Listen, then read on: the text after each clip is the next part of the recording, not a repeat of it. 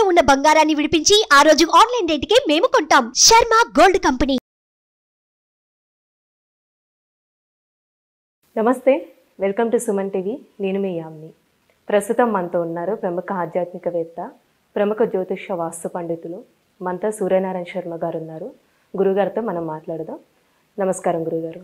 నమస్కారం అమ్మ, శుభం వ్యాధు. గురుగారు, అసలు ఈ మార్చి నెలలో ఈ 12 రాశుల వారికి ఏ విధంగా ఉంటుంది? ముందుగా మేషరాశి గురించి తెలియజేయండి. మేషరాశి వారికి మార్చి 1వ తారీఖు నుండి 15వ తారీఖు వరకు ఏ విధంగా విషయం మనం విశేషం తెలుసుకుందామమ్మా.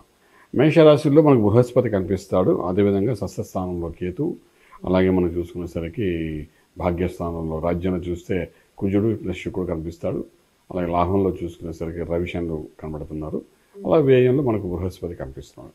ఇలా ఉన్నప్పుడు కూడా ఆర్థిక వ్యవహారానికి వచ్చినప్పుడు ఆర్థికంగా రాశిలో బృహస్పతి ఉన్నాడు కాబట్టి కొత్త ఆలోచనలు, కొత్త ప్రమోషన్స్ కోసం చేసే ప్రయత్నాలు సక్సెస్ఫుల్ అవ్వడము, అలాగే ఉద్యోగరీత్యా కొత్త ఉద్యోగాలు ప్రయత్నం చేస్తే అందులో ఒక చక్కటి 20-30% ఆఫ్ ఇంక్రిమెంట్స్ రావడం.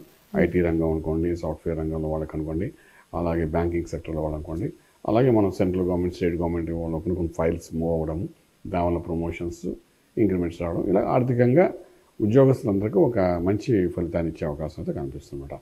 అలాగే మనం వ్యాపారస్తుల దగ్గరికి వచ్చినప్పుడు కూడా వ్యాపారంలో చేసే వాళ్ళందరికీ కూడాను కొత్త వ్యాపారం ఏదైనా రియల్ ఎస్టేట్ అనుకోండి, కన్స్ట్రక్షన్, స్టీలు, సిమెంట్, ఐరన్ వ్యాపారం చేసే వాళ్ళకి వాళ్ళ ఇన్వెస్ట్మెంట్ ప్లాన్స్ ఏవైతే 15 రోజులు చేస్తారో అది డెఫినెట్గా ఒక ప్రాఫిటబుల్గా వెళ్ళడానికి అవకాశం అయితే బాగా కనిపిస్తుంది అనమాట. ఎందుకంటే అది మోస్ట్ రియల్ ఎస్టేట్గా వెళ్ళే వాళ్ళకి అది బాగుంటుంది. అలాగే education institutes, coaching centres, tutorials, fast food centres, అలాగే మనకు రకరకాల వ్యాపారాలు చేసేవాళ్ళు ఉన్నారు. వీళ్ళందరికీ కూడా కొత్త ఇన్వెస్ట్మెంట్ ప్లాన్స్ ఏమైనా చేయాలంటే, అంటే కొత్త బ్రాంచ్ ఓపెన్ చేయడం కానీ, లేకపోతే ఇంకో చోట ఇదే నేమ్తో ఇంకొకటి రన్ చేయాలనుకున్న ఆలోచన రావడం కానీ, లేకపోతే పార్ట్నర్షిప్స్ డీల్ చేయడం కానీ, ఇలాంటివి ఏం చేయాలన్నా కూడా ఈ 15 days మంచి సక్సెస్ఫుల్గా తీసుకుంటుంది చెప్తాను. ఇప్పుడు స్టూడెంట్స్ అండి విదేశాలకి వెళ్ళాలనుకుంటున్నా, ఒకవేళ వెళ్ళిన వాళ్ళకి కూడా అసలు ఏ విధంగా ఉంటుందండి? స్టూడెంట్స్ అందరికీ మంచి ఫలితాలు ఇస్తున్నాయండి. ఈ టైంలో వెళ్ళి దానికి ఇనిషియేట్ చేసుకోవచ్చు. అంటే 15 రోజుల్లో అవకాశం వస్తుందా రాదని కానీ దానికి కావాల్సిన యాక్టివిటీస్, పేపర్ వర్క్ అంతా చేసుకోవచ్చు, సత్ఫలితాలు వస్తాయి. అలాగే విదేశాలలో సెటిల్ అయిన వాళ్ళు కూడా ఈ 15 రోజులు చాలా బాగుంటుంది. వాళ్ళు అక్కడ సెటిల్ అయింది, వ్యాపార రీత్యా సెటిల్ అయిన వాళ్ళకైతే ఒక రేంజ్లో బెనిఫిట్స్ అని కనబడతాయి. 15 రోజుల్లో ప్రాఫిటబుల్గా ఉంటుంది. అలాగే ఉద్యోగరీత్యా విదేశాల్లో సెటిల్ అయిన వాళ్ళు కూడా చిన్న పిస్తు అంటే లాభంగా ఒక కంపెనీ నుండి ఒక చిన్న అప్రిషియేషన్ లెటర్స్ రావడం కానీ, లేకపోతే చిన్న ప్రమోషన్ రావడం కానీ, ఇలాంటివన్నీ కూడా జరిగే అవకాశాలు కనిపిస్తాయి బాగా. ఇప్పుడు సినిమా పరిశ్రమకి సంబంధించే కానీ రాజకీయ నాయకులకండి అసలు ఈ మార్చి నెలలో ఏ విధంగా ఉంటుందంటారు? రాజకీయ రంగంలో ఉండే వాళ్ళకి మాట మీద నిలబడడం అనే ఒక అంశం మీద ముందుకు వెళ్ళాల్సి వస్తుందండి. ఏదైనా పథకాలు అనుకుంటే అది కానీ ఇంప్లిమెంట్ చేయడానికి ఈ 15 రోజులు చేస్తే డెఫినెట్గా గుర్తింపు అనేది జరుగుతుంది. దానివల్ల నేమ్ ఫేమ్ వచ్చే అవకాశాలు అయితే బాగా ఉంటాయి.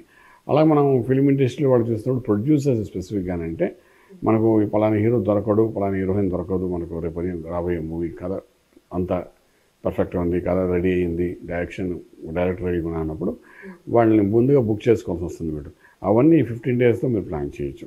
మేబీ మీరు ఒక మూవీ 6 months తర్వాత తీయచ్చు.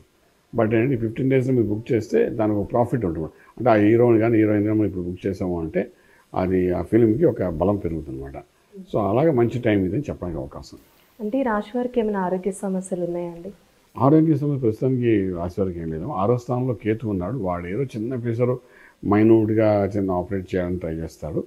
అది అన్ని స్టోన్స్కి సంబంధించిన చిన్న ఆపరేషన్. ఇవాళ రేపు అన్ని టెక్నాలజీ మారిపోయింది కాబట్టి కోసే పరిస్థితి ఏం కనిపించట్లేదు.